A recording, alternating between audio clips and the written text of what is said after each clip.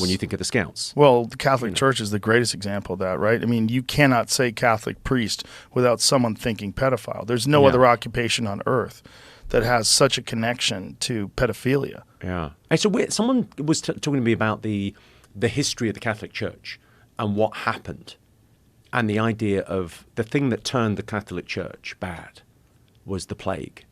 Really? So the plague hit in the Middle Ages, and before then, the priest was the smartest guy you'd ever met. The smartest guy in the town became could read Latin. This guy could read. This guy can read. Right. There's just shapes on a page to us. But like had access to books, was reading, was the most erudite, brilliant guy. The bishop was even smarter than that. The Pope was a genius. Great. So the plague happens, and the plague wipes out, I think it's a third of the European population, but it might have been more than that.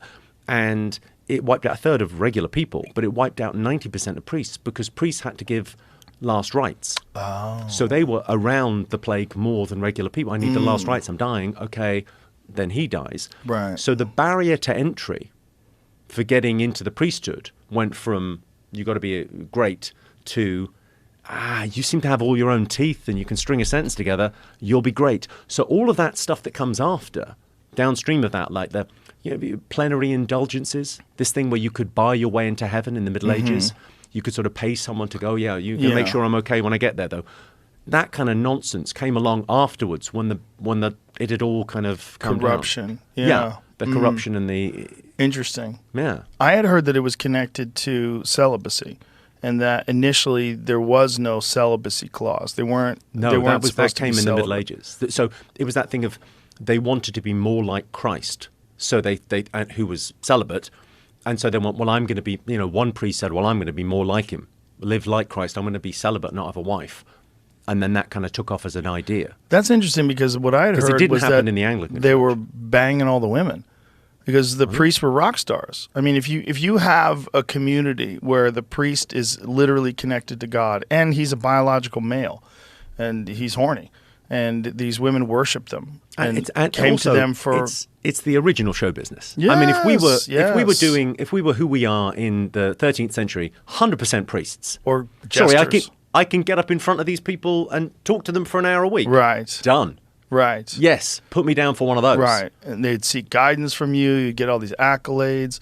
And apparently they were allowed to have sex with women and they were fucking everybody. Yeah. Just like rock stars because they were probably the most popular people in the town. The other thing that that's very interesting. The other thing that ties it to, there's often been, and it's a very unpleasant thing, but there's often been a conflation between homosexuality and pedophilia, which is... So it's just fucking nonsense. It's nonsense. It's nonsense, but it keeps on kind of rearing its head in a weird way. But there is something with the Catholic Church where it's hard to remember how vilified gay guys were a generation ago, let alone 2 generations ago. Yeah, so, very recently, in the 90s. It's crazy, but it's true. So there's a weird thing where, okay, so let's say you're a gay guy in, I don't know, 1890. You knew you were gay when you were 14 or whatever. Like everyone else is getting married and going off, and you go, I'm a gay guy. The priesthood was a smart move because you went, well, I don't have to get married. And I know I'm not about that, so I'll join the priesthood. So you join the priesthood. You were a gay guy. There were other gay guys that had the idea.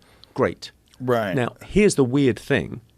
Pedophilia was the same level sin in the eyes of the church at that level. So one covered for the other. It was you were all damned and going to hell. It was all terrible, which is obviously some fucking nonsense. But yeah.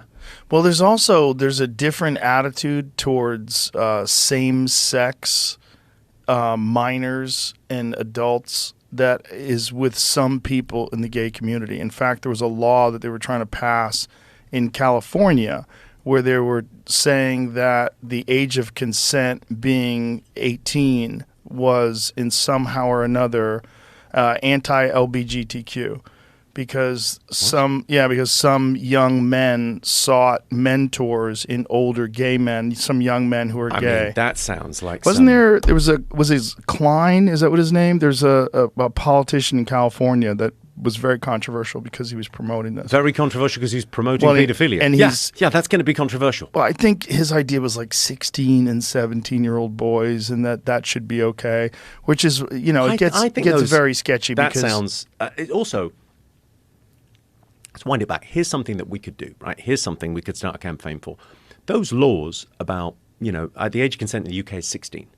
Yeah. But those laws should be for 17 and 18-year-old boys. Yes. They shouldn't apply to us. Right, it shouldn't apply to a 55-year-old man. So Romeo and Juliet law, I think they have it in New York. They have it in certain states where you go, yeah, that's the age of consent is 16 for her, and that guy who's 17 and it's her boyfriend and they've come up at school together, that makes sense. And then at 18 maybe, okay, go and do whatever you're going to do. I remember that would when make I a lot was more sense to me. 18 years old, when I turned 18, my girlfriend was a year younger than me and she was 17. And I was terrified that I was going to go to jail because I was a legal adult and she was still a child. Right. Even though we started dating when I was 16, or I was 17 and she was 16. And then when I turned 18, I was like, oh my God, like, could I get in jail for this? I remember thinking that. Like, is this illegal? Like, because it kind of technically is. I think if you're dating a girl like that. I mean, this is 1985. So Gavin Newsom signed a law that could give judges a say on whether to list someone as a sex offender for having oral or anal sex with a minor. The bill would expand discretion currently granted judges in statutory rape charges as promoted by bringing fairness under the law to LGBTQ defendants. The current law, in place for decades, permits judges to decide whether a man should be placed on California's sex offender registry if he had voluntary intercourse with someone from 14 to 17 years old and was no more than 10 years older than the person. Right. I don't want to come to your show and be all controversial, but I think broadly speaking, don't be a pedophile. Right. I think that's a good thing to say. But that discretion, it says, only applied to a man who had vaginal intercourse. The new law permits judges to use the same discretion when the case involves voluntary oral or anal sex. The measure won't apply when a minor is under 14, when the gap is larger than 10 years, or when either party says the sex wasn't consensual. The law does not change the age of consent in California, which is 18. Adults caught having sex with minors will still face statutory rape charges. Yeah, Scott Wiener, that's the guy. San Francisco Democrat. So this guy... Great name for the guy. Yeah. Isn't it funny how those Wiener guys keep getting in trouble? Anthony Weiner, Scott Wiener. Yeah. Nominative determinism. It's a thing. Right? It's like the simulation theory. It's like, hey, woman, since your man ain't got no heart, why don't you go to our apartment tonight and I'll show you a real man. There you go. What? Fuck you.